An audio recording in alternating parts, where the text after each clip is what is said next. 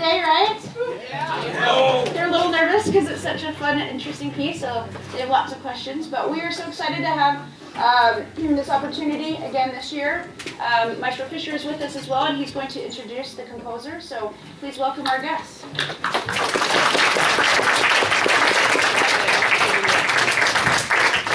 Hello everybody, very good to see you again.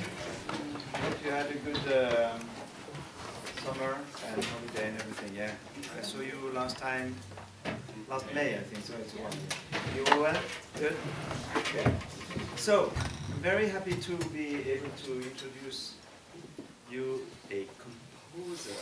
Isn't it incredible? You know, you see all these scores, you hear all these musics, you put no faces on it. And now here you have Andrew Norman live in your score. It's really something special.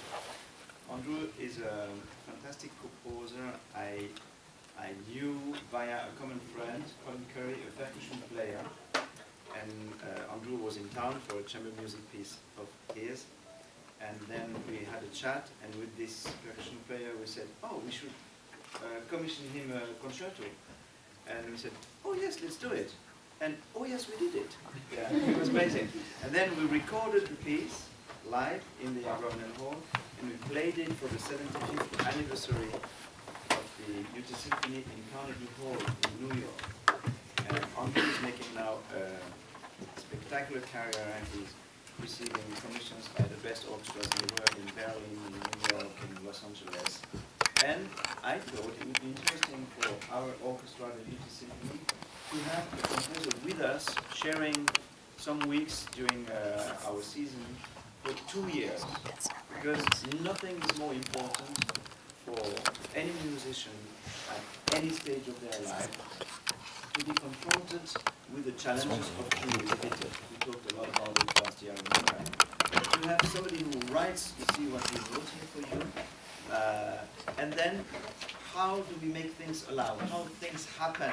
You know, what comes from the brain of one single person to write, you know, all these ideas and textures and colors and sometimes provocations, sometimes suspension, and how do we put it together, and just the idea to have the creativity with us instead of just the conductor telling it's too late, it's too soon, it's too sharp, it's too flat, it's too fast, it's too slow, you know, it's having something with the essence of the idea. So it's the second year Andrew is with the UT Symphony, and he brought so much to the demanding way of looking at creativity for his big symphony. That was really something special. And now he's here with you, and he will introduce you his piece. And I'll stay here around. You know, if you have questions, we can just take it very informal and as it comes. But welcome, Andrew, and thank you for writing this beautiful. Oh yeah, play. He wrote this. He made this very more simple than it is. It's a very long 40 minutes piece called Play. He wrote for Gustavo Dudamel and the Los Angeles Philharmonic, which we played last year. I mean, amazing. It's 40 minutes, you know, going in all the directions, like in a cartoon. You know, you see Bud Bunny jumping here and then the little mouse running. I mean, it's really incredible. But it was such a spectacular experience for all of us to play. And he was kind enough to write simply a version for you guys, so I hope you have fun with it. Okay, thanks. I thought maybe I'd just talk a little bit. First thing, standing up here, this feels so official. Maybe I'll stand back here. No, I'll hide behind this thing. That feels better. Well, you all have cottonwood things on. It's very unified out there. What is black and gold? Those are colors. It looks awesome. It's School Pride Week, so. School Pride Week. Okay, I was like, wow, it's like an unusual amount of school. That's awesome. You should. No, well, one thing I wanted to say. So the reason that I'm a musician today, the reason that I'm a composer, is that I love playing in school orchestra. So I played the viola. Yeah. I love it so much. Yeah, I started on the violin in school orchestra in the 4th grade, and in 9th grade they're like, we need violas. It's the best decision of my life. That was. Yeah. So I loved playing in school orchestra. I loved making music with my friends. And I started actually, when I was a teenager, I started scribbling music down with the idea that I would write for my friends, and I started writing for school orchestra. Who here has made up anything on their instrument? Who here has ever fooled around on their instrument and played something that was not written down? A few people, yes? Don't be shy. All right, look at all those hands. Violins, okay, good. We got some violins over there too. Tends to be a low strength thing that they like to make things up. You guys can do it too. No, so I started making up stuff. I played the piano a little bit. I played the viola.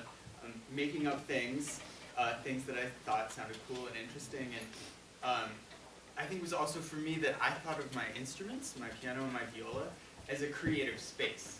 It wasn't that I always had to play right. In fact, I was never ever the best violist. I was certainly never the best pianist. But for me, those two instruments were places where I could be creative. And I started by making things up. I started writing things down. I started having my friends play them. And now I'm 40 years old, and I have this crazy career where I go all over the world writing music for some of the best instrumentalists in the world. And it all started not because I was the best at my instrument, but just because I enjoyed being creative. So that's a plug for composing. If any of you are interested in doing it, it's actually, I think it just starts from like you have an idea, you have a sound that you like, and then you try to get other people to make it. I'm wondering actually if I could borrow a viola. Is it possible? Is it possible? So, I thought maybe one thing we could do, and winds, I love you all. I will answer any questions about the wind parts, but I'm going to just talk to the strings for a couple of seconds. So, one thing I just, like, I also love, as I said, I'm not the world's best violist, but I do love actually thinking about the instrument and trying to find sounds or ways of playing that I was never taught to play. So it's sort of going beyond the traditional technique of the instrument. One thing I found several years ago was just a bow stroke that was not a traditional up and down, but just bouncing like this. So that would be like a normal bounce up and down, right? But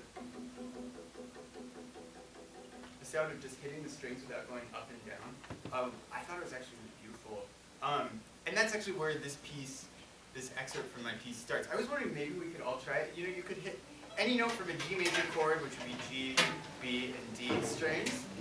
You can try any combination. You can play all three of those, and just, let's do it. Let's all bounce.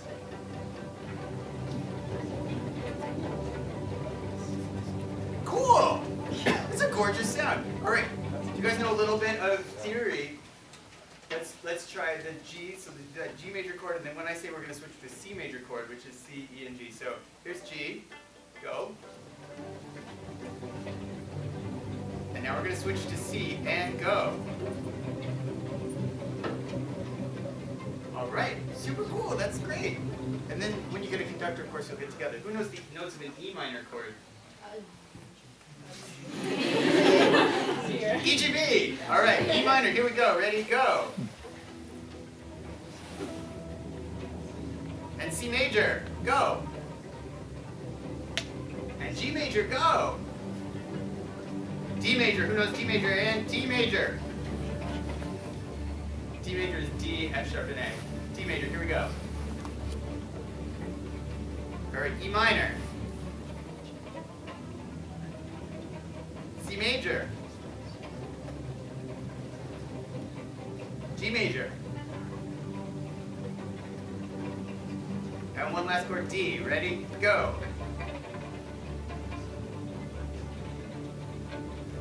All right, I love that. Okay, so that was just me at home being like, oh, I like this cool bounce that isn't up or down. It's just there. It's just like using the natural weight of the bow.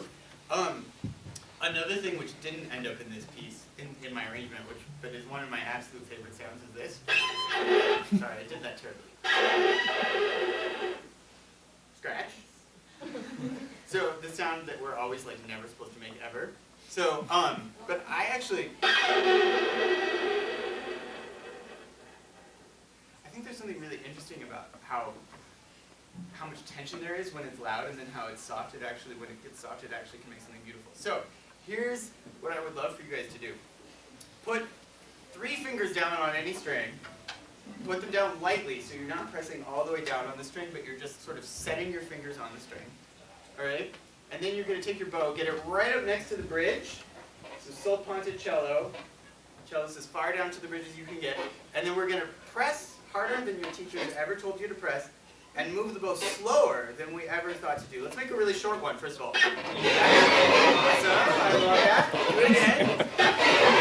All right, now we're going to make a really long one. Okay, so we're going to start loud and we're going to get soft, and we're going to see how loud and then how soft we can go. Are you ready? Go.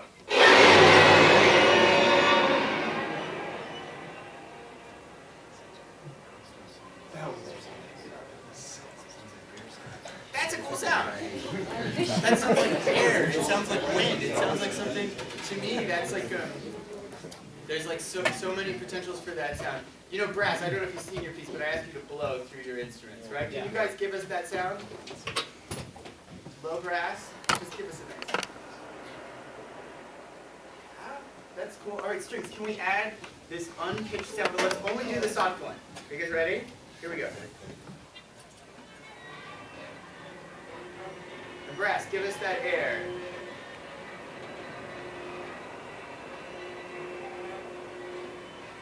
Yeah, that's cool. And it's also, these are things to me, these are like, just like any pitches that we play, these are sounds that we can shape, we can make them musical. Actually, I wrote a different piece for the Berlin Philharmonic, which is this like really fancy orchestra in Berlin, and it started with that scratch sound actually. And they aren't used to making that sound on their fancy Stradivarius violins, and so I had to go up and demonstrate on the concertmaster's fiddle how to make this super ugly sound, which is like, it was kind of an out-of-body experience. Like, here I am in the center of classical music in the world, making the ugliest sound one can make on an instrument. Okay, so that's just a little bit kind of like my philosophy of sound is always about like, what can I make up? What is sound, and also what are sounds that maybe we've overlooked in the way that we play our instruments, and sounds that aren't the way we were taught to play, but can you make music out of them? Can you make expression with a sound that's different? So let me say a few things about this piece. How are we doing on time? We good? Okay. So this excerpt that I wrote, this is right towards the end of the piece, and the idea is that it starts super soft, and basically it takes a couple minutes where we only have a very small number of people in the orchestra playing, and they play these little tiny fragments, and there's lots of breaths, so everyone has to count very, very carefully. But the idea is that very gradually the orchestra moves from these tiny little things that happen, like that little clarinet. Where are clarinets? You have a tiny little thing that you play, like that, but it's very important. And it's about like these tiny little particles or fragments of sound. And gradually, as the piece goes on, they get louder and louder. They get more and more frequent until they finally, the whole orchestra figures out how to play sort of something together. And I will say, then actually what happens is the whole orchestra figures out how to play the same tune. And if you guys look in your parts, somewhere around letter L, most all of you, except for the low brass and the horns, have some version of. Okay, and now you see how terrible I am. Which again, doesn't matter for me because I'm the composer. Anyway, it's a tune. It's a tune that starts on a C, and it just is every single note is either lower or higher than the one before. So there's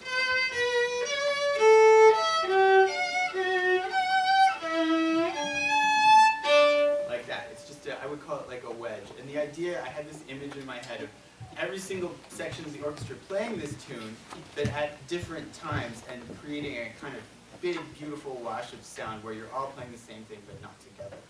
So that's where the piece is headed. And yeah, as embarrassing as it was to actually play some notes for you. Are there any questions that I can answer about it? About how to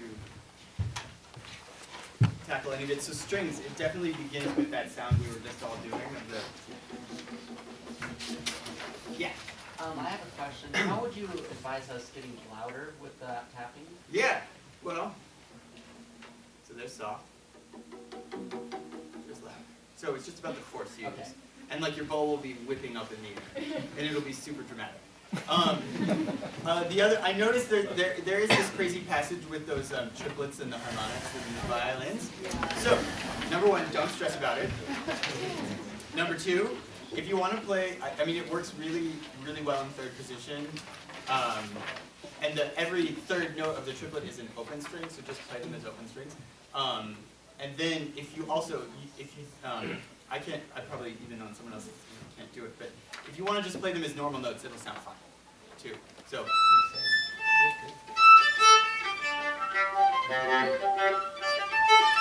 It's just texture, really, so. You can see I don't, not all that sounds, but it sounds like something. You guys want to try it? First violin. I'm looking at measure 88. Thank you for your instrument. I'll give it back. So let's do it once without the harmonicness. Just play them as normal note heads, but play every third part of the triplet as an open string. I'll give you one measure for nothing. 1, 2, 3, 4.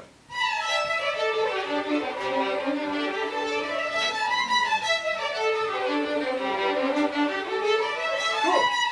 That's great. Now, can we add a bounce to that? Can we add the staccato? 1, 2, 3, 4.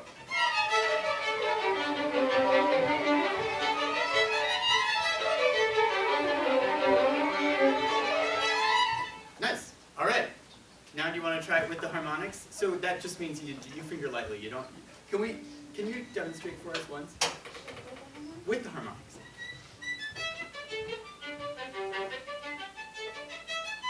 Yeah. It's light. It's bouncy. Sometimes the harmonics pop out. Sometimes they don't. It'll sound great either way. First violins, and then we'll add the seconds, and then we'll add the violas. First violins alone. Ready? Go.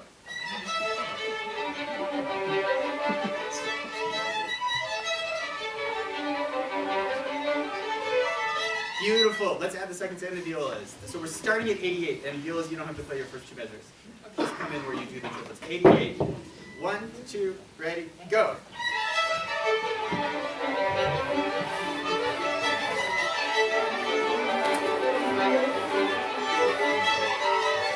Cool. Seconds, you've got to come in with confidence. Yeah. No, that's cool. It's like they start for 2 beats, and then you guys go. Should we try it one more time? 1, 2, ready, go. Yes, we're right. It's after 2 beats. It's in the middle of the bar. We can get it. So it's just count yourself. 1, 2, go. I'll give you a big point.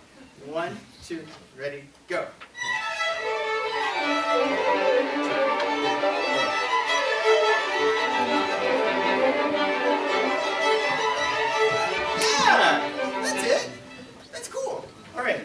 And you guys are just like, if you think your role in this texture is like you're the kind of sparkle on top of it. So it doesn't have to be super heavy or anything. Yeah. So also, yeah, I wrote this, there's a ton of notes.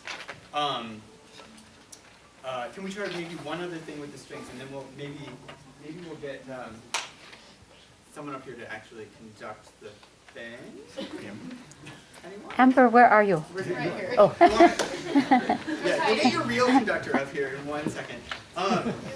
Let's just try, again, violins, violas, and violas. Let's look at this crazy string crossing thing that I'm having you do at measure 94, 95, 96, 97. Again, there are some harmonics in this. So this is actually something in a professional orchestra. Professional orchestras have a very different way of rehearsing than youth orchestras. Professional orchestras, they see this music on Tuesday and they perform it on Friday.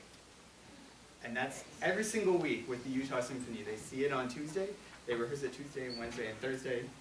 They perform it on Friday and Saturday.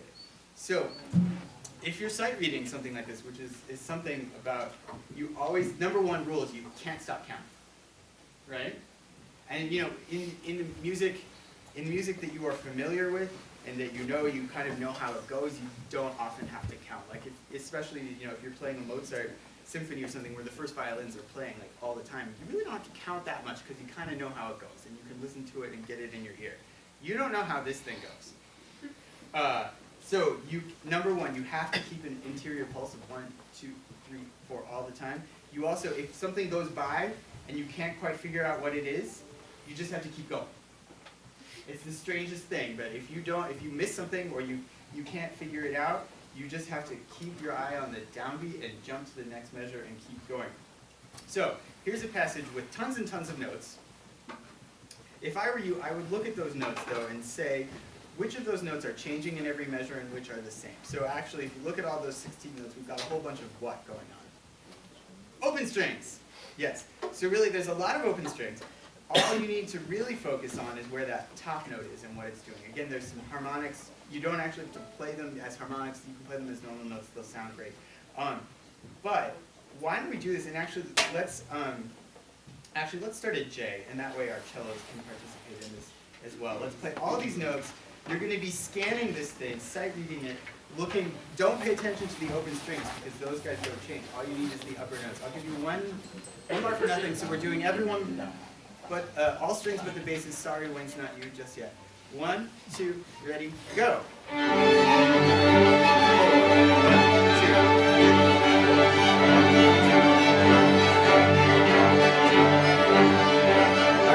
That was awesome. Here's what I want. Take the first beat of the first measure. Okay? Just the first beat. And we're going to repeat that. We're going to put a big accent on the downbeat.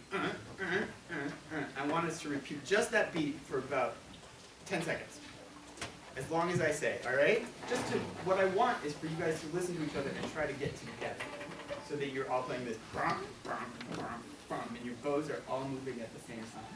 Okay? And let's play a real strong fortissimo. So it's just one beat of music. We're going to repeat it exactly over and over again. Ready? Go! We're going to play the whole beat, so all 4 16th notes. We're going to put a strong accent on it. We're going to get it together. 3, 4.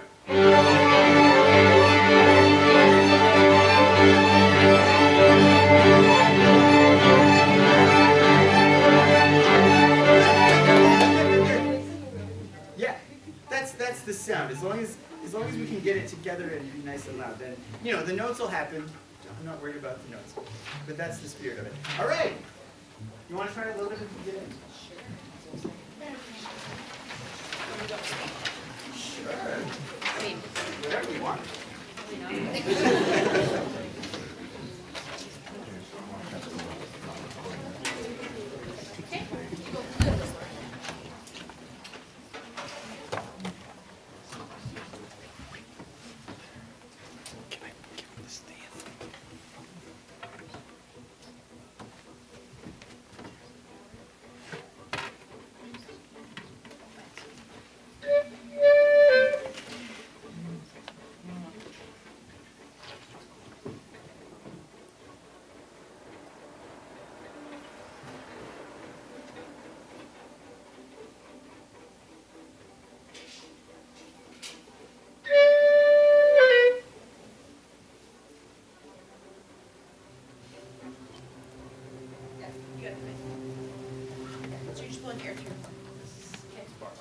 B, right on B, please. B, 1, 2, 3, and.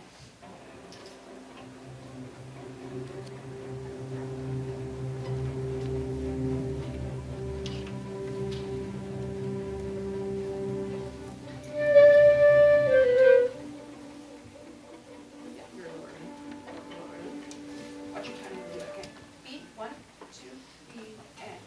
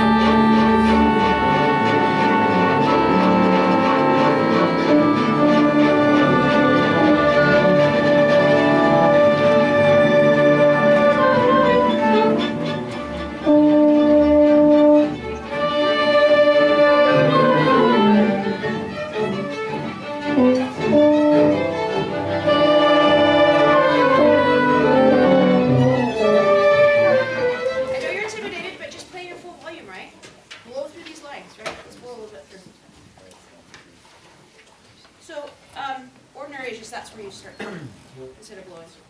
Yeah. Okay, just so you know. Look, can we go back to H? Is that okay, guys? H. See it? H. Make some use of these crescendos. Deep crescendos. H. 1, 2, 3, and.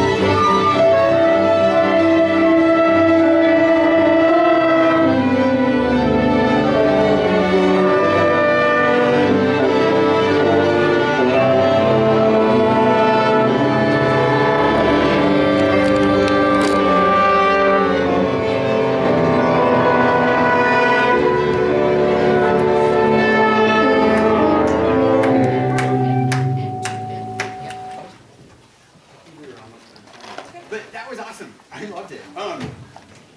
I think to me, there's, well, we're capturing the sounds. I think we have to, work on getting it all to come together in tempo. Don't worry about it. That'll come. So just in terms of the sounds and the idea of the piece, I think for me, the idea is that this piece, I mean, you heard the beginning of it. There's actually not a whole lot going on, right?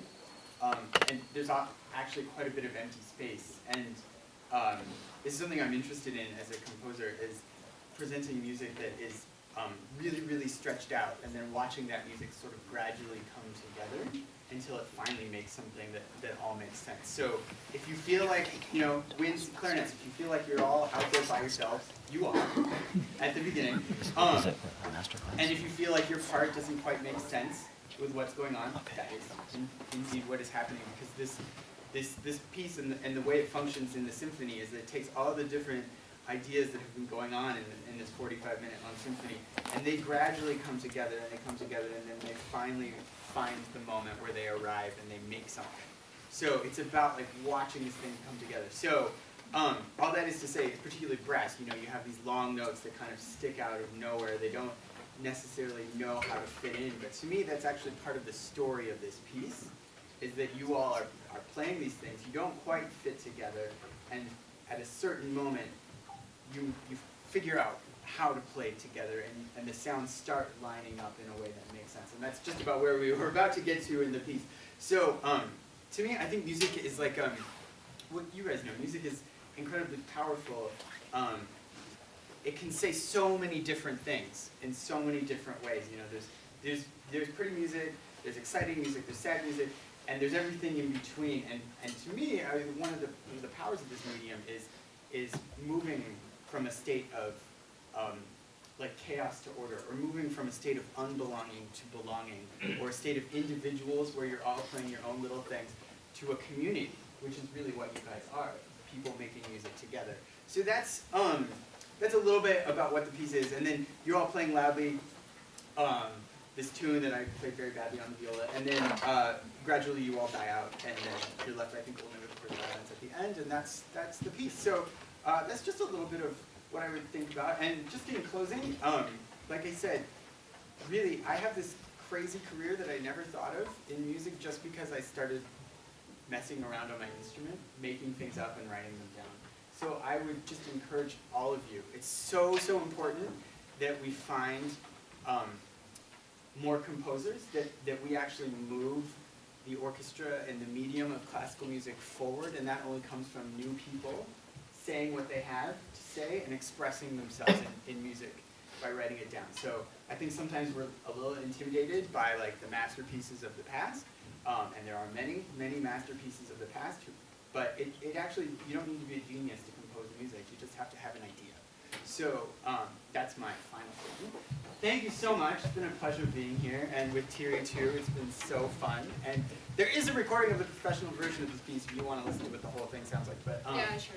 oh, awesome. Well, thank you. And yeah, it's so. I mean, school orchestra is like the most awesome thing that I did ever as a teenager. So it truly is like why I do it. So I think it's so awesome. Thank you so much.